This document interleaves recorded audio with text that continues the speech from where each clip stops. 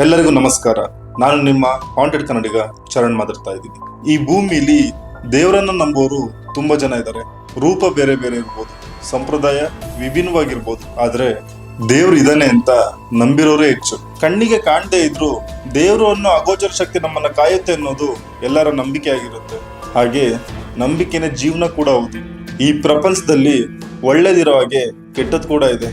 ಅದರಂತೆ ದೆವ್ವ, ಭೂತ ಇದನ್ನೆಲ್ಲ ನಂಬೋರು ಕೂಡ ಇದ್ದಾರೆ. ನಮ್ಮ ಭಾರತ ಮಾತ್ರವಲ್ಲದೆ ಪ್ರಪಂಚದ ನಾನಾ ಭಾಗಗಳಲ್ಲಿ ಈ ಆತ್ಮಗಳ ಕಲ್ಪನೆನೇ ಇದೆ. ಆದ್ರೆ ಕೆಲವೊಂದ್ಸಾರಿ ಈ ಆತ್ಮಗಳ ಕತೆ ಕೇಳಿದ್ರೆ ನಿಜಕ್ಕೂ ಭಯ ಆಗುತ್ತೆ. ಇದು ಕೂಡ ಅಂಥದ್ದೇ ಒಂದು ಸ್ಟೋರಿ. ಈ ಕತೆ ಯಾವ ಥ್ರಿಲ್ಲರ್ ಸಿನಿಮಾಗೂ ಕಮ್ಮಿ ಇಲ್ಲ. ಹಾಗಾಗಿ ಇದು ನಿಜವಾಗ್ಲೂ ನಡೆದಿದೆಯಾ ಅಂತ ನಮ್ಮಲ್ಲೊಂದು ಪ್ರಶ್ನೆ ಹುಟ್ಟುತ್ತೆ. ಹಾಗಂತ ನಾವು ಈ ಮನೇಲಿ ದೆವ್ವ ಇದೆ ಅಂತ ಹೇಳ್ತಾ ಇಲ್ಲ. ಅಲ್ಲಿನ ಸುತ್ತಮುತ್ತ ಇರೋ ಜನರ ಅಭಿಪ್ರಾಯನ ನಿಮ್ ಮುಂದೆ ಇಡಕ್ ಟ್ರೈ ಮಾಡ್ತಾ ಇದೀವಿ. ಈ ಕತೆ ಬಗ್ಗೆ ಇನ್ನಷ್ಟು ತಿಳಿತಾ ಹೋಗೋಣ. ಬನ್ನಿ ಈ ವಿಡಿಯೋ ಶುರು ಮಾಡೋಣ. ಈ ಕತೆ ಶುರುವಾಗೋದು ಇಲ್ಲಿಂದ ಸುಮಾರು 24 ವರ್ಷಗಳ ಹಿಂದೆ, ಅಂದ್ರೆ 2002ನೇ ಇಸ್ವಿಯ ಹೈದರಾಬಾದ್ನ ಕುಂದನಬಾಗ್ನಲ್ಲಿರೋ ಅದೊಂದು ಮನೆಗೆ ರಾತ್ರಿ ಸಮಯದಲ್ಲಿ ಒಬ್ಬ ಕಳ್ಳ ನುಗ್ಗಿದ್ದ.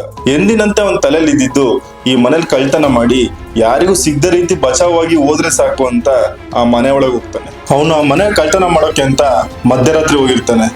ಇನ್ನೇನ್ ಆ ಮನೆ ಕಳ್ತನ ಮಾಡೋಣ ಅಂತ ಆ ಕಡೆ ಹುಡುಕ್ತಾ ಇರ್ತಾನೆ. ಆದ್ರೆ ಆ ಮನೆಯಲ್ಲಿ ಅವನಿಗೇನು ಸಿಗ್ತಾ ಇರಲ್ಲ. ಆದ್ರೆ ಆ ಕಳ್ಳ ಇನ್ನೂ ಸ್ವಲ್ಪ ಹೊತ್ತು ಹಾಗೆ ಹುಡುಕ್ತಾ ಇರ್ಬೇಕಾದ್ರೆ ಆಗ ಅವನಿಗೇನೋ ಒಂದು ಕೆಟ್ಟ ಸ್ಮೆಲ್ ಬರಕ್ ಶುರುವಾಗುತ್ತೆ. ಆ ಕಳ್ಳ ಮನೆ ಕಳ್ತನ ಮಾಡಕ್ ಏನ್ ಆಸೆ ಹಿಡ್ಕೊಂಡ್ ಬಂದಿರ್ತಾನೋ, ಇವತ್ತು ಈ ಮನೇಲಿ ದುಡ್ಡು ಬಂಗಾರ ಸಿಗುತ್ತೆ ಅಂತ. ಆದ್ರೆ ಅವ್ನು ನೋಡಿದ್ ಮಾತ್ರ ಅಲ್ಲಿ ಕೊಳೆತು ಬಿದ್ದಿದ್ದ 3 ಜನರ ಹೆಣ.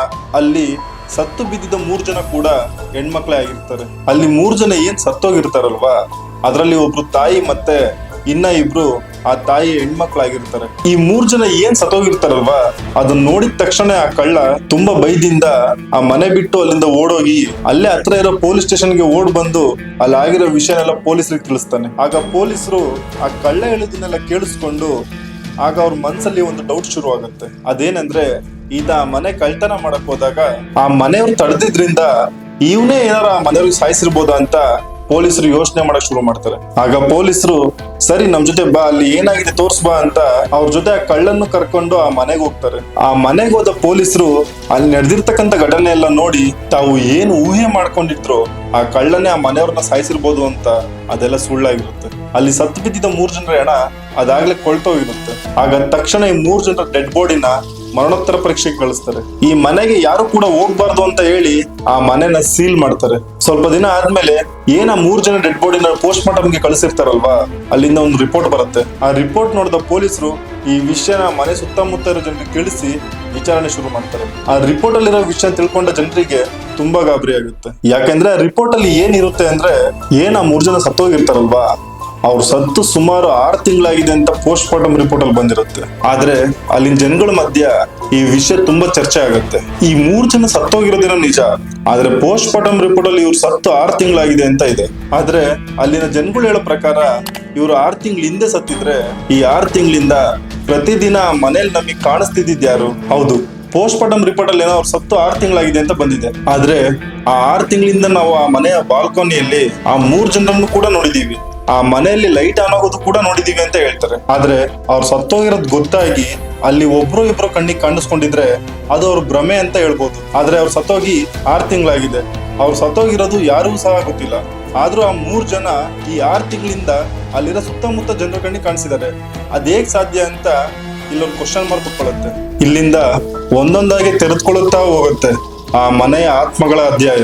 ಆ ಮನೆಯಲ್ಲಿ ಮೊದಲಿಂದ 4 ಜನ ಇರ್ತಾರೆ, ಗಂಡ, ಹೆಂಡತಿ ಹಾಗೂ 2 ಮಕ್ಕಳು. ಆದ್ರೆ ಆ ಮನೆ ಯಜಮಾನ ಆ ಮನೆ ಬಿಟ್ಟೋಗಿ ತುಂಬಾ ದಿನಗಳಾಗಿರುತ್ತೆ. ಮನೆ ಬಿಟ್ಟೋಗೋ ಅಂತದ್ದು ಏನಾಗಿದೆಯೋ ಯಾರಿಗೂ ಗೊತ್ತಿಲ್ಲ. ಆದ್ರೆ ಆ ಮನೆ ಯಜಮಾನ ಆ ಮನೆಗೆ ವಾಪಸ್ ಮತ್ತೆ ಬಂದೇ ಇಲ್ಲ. ಇನ್ನು ಉಳಿದಿರೋದು ಆ 3 ಜನ ಮಾತ್ರ, ಆ ತಾಯಿ ಹಾಗೂ ಆ 2 ಹೆಣ್ಮಕ್ಳು. ಈ 3 ಜನ ಏನಿರ್ತಾರಲ್ವಾ, ಅವರು ಸದಾ ಹೊರಗಿನ ಪ್ರಪಂಚದಿಂದ ಸ್ವಲ್ಪ ದೂರನೇ ಇರ್ತಾರೆ. ಆದ್ರೆ ಅಲ್ಲಿರೋ ಅಕ್ಕಪಕ್ಕ ಮನೆಯವ್ರ ಜೊತೆ ಕೂಡ ಬೆರೆಯೋದಾಗ್ಲಿ ಮಾತಾಡೋದಾಗ್ಲಿ ಮಾಡ್ತಾ ಇರಲ್ಲ. ಅಲ್ಲಿನ ಜನರು ಹೇಳೋ ಪ್ರಕಾರ ಈ 3 ಜನ ಮಧ್ಯರಾತ್ರಿ ಟೈಮಲ್ಲಿ ಏನೇನೋ ವಿಚಿತ್ರ ಆಚರಣೆ ಮಾಡ್ತಾ ಇದ್ರಂತೆ. ಜೊತೆಗೆ ತಮ್ಮ ಕೈಯಲ್ಲಿ ಕ್ಯಾಂಡಲ್ ನ ಇಟ್ಕೊಂಡು ಮನೆ ತುಂಬಾ ಸುತ್ತಾಡ್ತಾ ಇದ್ರಂತೆ.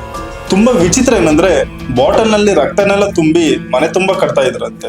ಇವರು ಯಾವಾಗ್ಲೂ ಯಾರ ಜೊತೆನೂ ಬೆರಿದೆ ತಮ್ಮದೇ ಆದ ಲೋಕದಲ್ಲಿ ಇರ್ತಾ ಇದ್ರು. ಹಾಗೆ ಅವ್ರ ಮನೆ ಹತ್ರ ಯಾರಾದ್ರೂ ಹೋದ್ರೆ ಅವ್ರ ತಾಯಿ ಜಯಪ್ರದ ಇದ್ದವ್ರು ಏನ್ ಮಾಡ್ತಾ ಇದ್ರು ಅಂದ್ರೆ, ಕೈಯಲ್ಲಿ ಕೊಡ್ಲಿ ಇಟ್ಕೊಂಡ್ಬಂದು ಅಲ್ಲಿ ಬಂದಿರೋ ಜನರನ್ನೆಲ್ಲ ಎದುರಿಸಿ ಓಡಿಸ್ತಾ ಇದ್ರು ಅಂತ ಅಲ್ಲಿನ ಜನ ಹೇಳ್ತಾರೆ.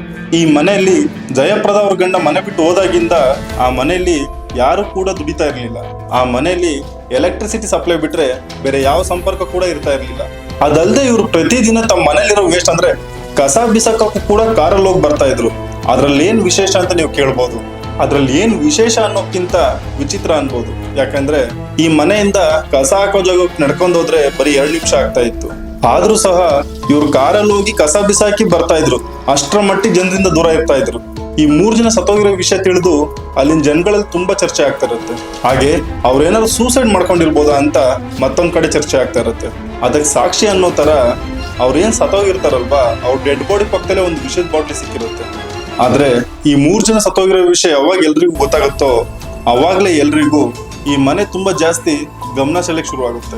ಯಾಕೆಂದ್ರೆ 6 ತಿಂಗಳ ಹಿಂದೆನೆ ಇವರೆಲ್ಲ ಸತ್ತಿದ್ರೆ ಹಾಗಾದ್ರೆ ನಾವೆಲ್ಲ ಈ 6 ತಿಂಗಳಿಂದ ನೋಡಿದ್ ಯಾರನ್ನ ಅಂತ ಆ ಅಕ್ಕಪಕ್ಕದ ಮನೆಯವರಿಗೆಲ್ಲ ತುಂಬಾ ಭಯ ಶುರು ಆಗುತ್ತೆ. ಹೀಗಾಗಿ 2002 ಸಮಯದಲ್ಲಿ ಈ ಮನೆ ಸುದ್ದಿ ತುಂಬಾ ಬೇಗ ಗೊತ್ತಾಗುತ್ತೆ. ಹಾಗೆ ಇದು ಆ ಟೈಮಲ್ಲಿ ಅಲ್ಲಿ ನ್ಯೂಸ್ ಚಾನೆಲ್ ಅಲ್ಲಿ ಕೂಡ ತುಂಬಾ ಚರ್ಚೆ ಆಗುತ್ತೆ. ಈಗಲೂ ಸಹ ಈ ಮನೆ ಗೇಟ್ ಮುಚ್ಚಿದೆ. ಯಾರಿಗೂ ಈ ಮನೆ ಹತ್ರ ಎಂಟ್ರಿ ಇಲ್ಲ. ಹಾಗೆ ಯಾರು ಈ ಮನೆ ಹತ್ರ ಹೋಗೋಕ್ಕೂ ಧೈರ್ಯ ಮಾಡೋದಿಲ್ಲ. ಹಗ್ಲೊತ್ತಾದ್ರೆ ಆ ಮನೆ ಮುಂದೆ ಇರೋ ರೋಡಲ್ಲಿ ತುಂಬಾ ಜನ ಓಡಾಡ್ತಾರೆ.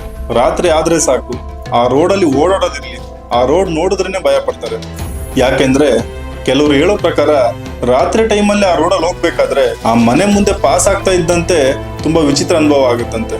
ಹಾಗೂ ಇನ್ನು ಕೆಲವರಿಗೆ ಆ ರೋಡಲ್ಲಿ ಆಕ್ಸಿಡೆಂಟ್ ಆಗಿದೆ. ಎಲ್ರಿಗೂ ಒಂದು ಕ್ವಶನ್ ಮಾರ್ಕ್ ಹಾಕೊಳ್ಳೋದೇನಂದ್ರೆ 6 ತಿಂಗಳಿಂದ ಸತ್ತೋಗಿರೋರು ಈಗಲೂ ಕಾಣಿಸೋಕ್ ಸಾಧ್ಯನಾ? ಅಲ್ಲಿನ ಜನರು ಇದನ್ನೆಲ್ಲ ನಂಬಿರೋದಂತೂ ನಿಜ, ಆದ್ರೆ ಇದನ್ನೆಲ್ಲ ತಕ್ಷಣ ನಂಬಕ್ಕೆ ತುಂಬಾ ಕಷ್ಟ ಆಗುತ್ತೆ. ಯಾಕೆಂದ್ರೆ ಅಲ್ಲಿನ ಜನಗಳು ಹೇಳಿರೋದಕ್ಕೆಲ್ಲ ಯಾವುದೇ ಪ್ರೂಫ್ ಇಲ್ಲ. ಅದರಲ್ಲೂ ಇವ್ರದ್ದು ಕೊಲೆನ ಅಥವಾ ಆತ್ಮಹತ್ಯೆನ ಅನ್ನೋದು ಕೂಡ ಗೊತ್ತಿಲ್ಲ. ನಿಜಕ್ಕೂ ಈ ಮನೆ ಹಾಂಟೆಡ್ ಪ್ಲೇಸ್ ಆಗಿದೆಯಾ ಅಥವಾ ಸುಮ್ಮನೆ ಸುಳ್ಳು ಸುದ್ದಿ ಹಬ್ಬಿಸಿ ಈ ಆಸ್ತಿನ ಸೇಲ್ ಆಗದೆ ಇರೋ ರೀತಿ ಯಾರು ನೋಡ್ಕೊಳ್ತಾ ಇದಾರ ಅದು ಗೊತ್ತಿಲ್ಲ. ಆದ್ರೆ ಈ ಮನೆ ಮೇಲಿರೋ ಕತೆ ದಿನದಿಂದ ದಿನಕ್ಕೆ ಬೆಳಿತಾನೆ ಇದೆ. ಹಾಗೆ ಈ ಮನೆ ಬಗ್ಗೆ ಬೇಕಾದಷ್ಟು ನ್ಯೂಸ್ ಕೂಡ ಬಂದಿದೆ. ಅದರಿಂದನೇ ಆ ಮನೆ ಅಲ್ಲಿನ ಹಾಂಟೆಡ್ ಪ್ಲೇಸ್ ಅಂತ ಸುದ್ದಿ ಆಗಿದೆ. ನೀವು ಈಗಲೂ ಕೂಡ ಹೈದರಾಬಾದ್ ನ ಮೋಸ್ಟ್ ಹಾಂಟೆಡ್ ಹೌಸ್ ಅಂತ ಗೂಗಲ್ ಸರ್ಚ್ ಮಾಡಿದ್ರೆ ಈ ಮನೆ ಹೆಸರು ಬರುತ್ತೆ.